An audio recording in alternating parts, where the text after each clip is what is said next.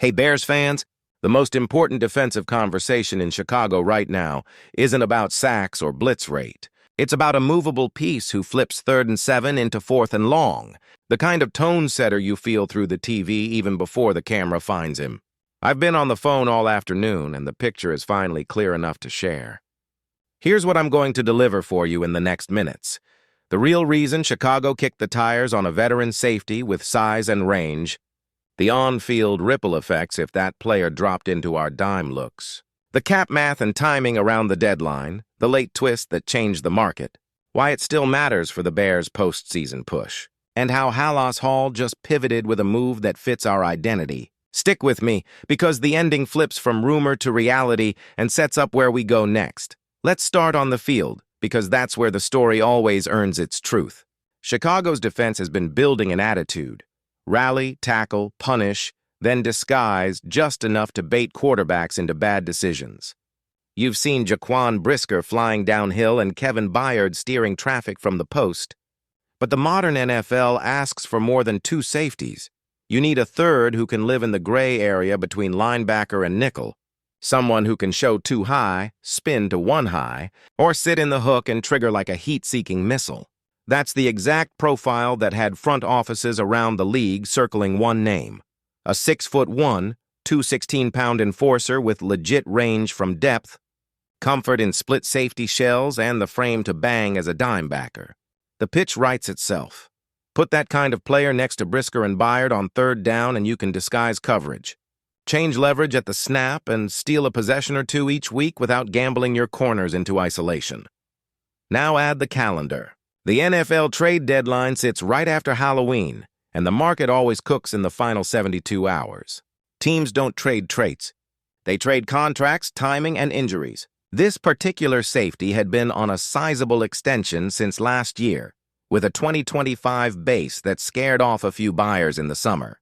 But injuries and depth charts reshape budgets overnight. For contenders, the question is never, can we afford him? But what's the marginal win this player buys us in January? For the Bears, a 3rd safety upgrade was a direct path to better 3rd down defense, tighter red zone rules, and the kind of late-game flexibility that helps you close. If you've watched this team all fall, you know the vision. Win with structure, then hammer with situational football. Zoom into the fit. In Chicago, that type of safety becomes a multiplier. Against trip formations, he can bracket the slot with outside-in leverage, while Byard erases the post, and Brisker lurks for the glance route. Against heavier sets, he folds into the box and cleans up cutback lanes without sacrificing the roof. If you love tape as much as I do, you've seen him trigger on screens, carry seams to the upfield hip, and close like a corner from depth. Drop him into our dime, and you immediately free up pressure looks because you're no longer playing whack-a-mole with matchups. You're dictating who gets the ball and where. That's winning football in November and December, when every rep is a field position swing. But the league doesn't wait for anyone, and this is where the plot thickens. While Chicago did its homework, price, roll, cash, the whole package, another team's emergency changed the chessboard. Pittsburgh lost a starting safety to injured reserve and jumped to the front of the line, taking on the player and a late pick while sending back a modest pick upgrade. The Patriots' new regime greenlit it because the fit in their system had cooled and, crucially, because part of the 2025 money could be handled in ways that made an immediate move possible. That's the kind of fast-lane deal you can only pull off when timing, need, and cap mechanics lock together. In other words, yes, the name you've guessed by now, Kyle Duggar, moved. He did not land at Halas Hall. He's a Steeler today, and that's official. So does that end the conversation for Chicago? Not even close.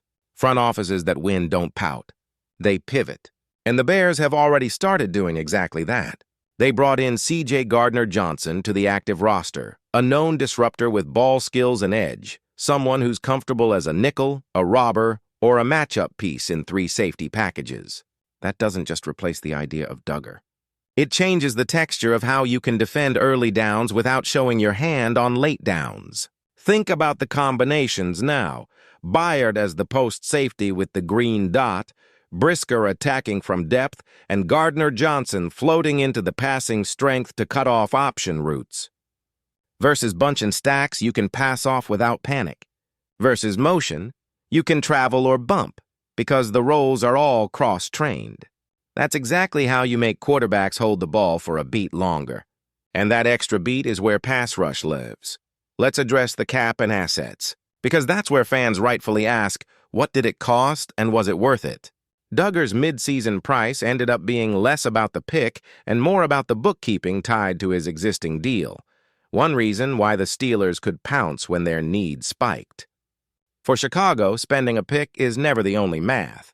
You weigh it against keeping your draft flexibility to support Caleb Williams with more young, cheap talent, and you protect room for in-season ads at premium spots if injuries hit. The Gardner-Johnson signing threads that needle, a veteran you can deploy right now in multiple roles with a cap hit that doesn't handcuff you in December. It preserves your ability to chase a different position if the right veteran shakes free before Tuesday or even on waivers afterward. It's smart, it's targeted, and it keeps the locker room's message intact. Earn it on defense, protect the ball on offense, stack wins. From a football perspective, Duggar's traits are real and would have elevated Chicago's ceiling in specific packages. But this is not an all-or-nothing outcome. 3 safety looks are about skill sets more than names. Gardner-Johnson's anticipation and ball production change how you play two-man and palms. Byard's processing lets you present late rotation without blowing covers. Brisker's strike zone lets you mix pressure with coverage without whiffing on tackles after the catch. And here's the underrated part. The presence of a confident third safety lets the Bears protect young corners by muddying releases and discouraging quick game. That's hidden yardage across a full season. What about the timeline and the road ahead? The deadline is right around the corner and windows don't close quietly. Chicago can still shop for complementary help, interior depth, a rotational edge, or even a veteran boundary corner if the price crashes in the final 24 hours. But the bigger picture is cleaner today than it was yesterday. The Bears didn't chase to chase. They stayed disciplined, watched a rival pay a small premium in the middle of an injury storm, and then added a player who keeps their schematic options open without draining the draft wallet. That's how you stay dangerous in December while still building a sustainable contender around your young quarterback. Let me bring you inside Halas Hall logic for a second. This staff believes game control comes from early down defense and situational mastery. The third safety role is the lever that moves both. Even without Duggar, the plan remains. Disguise pre-snap, rally post-snap, and steal a possession a week through confusion and contested catches. The Gardner-Johnson addition gives Chicago a real eraser for the opponent's favorite slot concepts, and it liberates Byard to be the full-field problem solver he's been for a decade. Combine that with Brisker's physicality, and you can turn the middle of the field into a toll road. That's a playoff trait. Before I close, I want your take, because this fan base is sharp and honest. Would you have spent a late pick and some cap complicators to land Duggar today? Or do you prefer the Bears' pivot to a versatile veteran who costs less and keeps options open for one more move before the deadline? How would you prioritize the next 72 hours? Add an edge for the NASCAR package, another big body for short yardage, or stand pat and trust the internal rise we've been seeing? Drop your thoughts below and tell me which trio you'd ride with most on third and medium. Byard, Brisker, Gardner, Johnson, Byard, Brisker, Hicks, or a corner-heavy dime with CGJ as the flex. Your answers will shape our next film study. Here's my concise read to land the plane. The headline changed late, Kyle Duggar is a Steeler, but the mission in Chicago didn't. The Bears stayed patient, reinforced the exact role that unlocks their disguise game, and preserved capital for one more smart ad if the board breaks their way. That's the kind of disciplined aggression that travels into January. If you're riding with this approach, tap subscribe and turn on notifications. If you think Chicago should still push a chip in at another position, smash like and tell me who in the comments. Either way, this is Bears News Fan Report, straight, fast, and built for fans who want the why behind the what.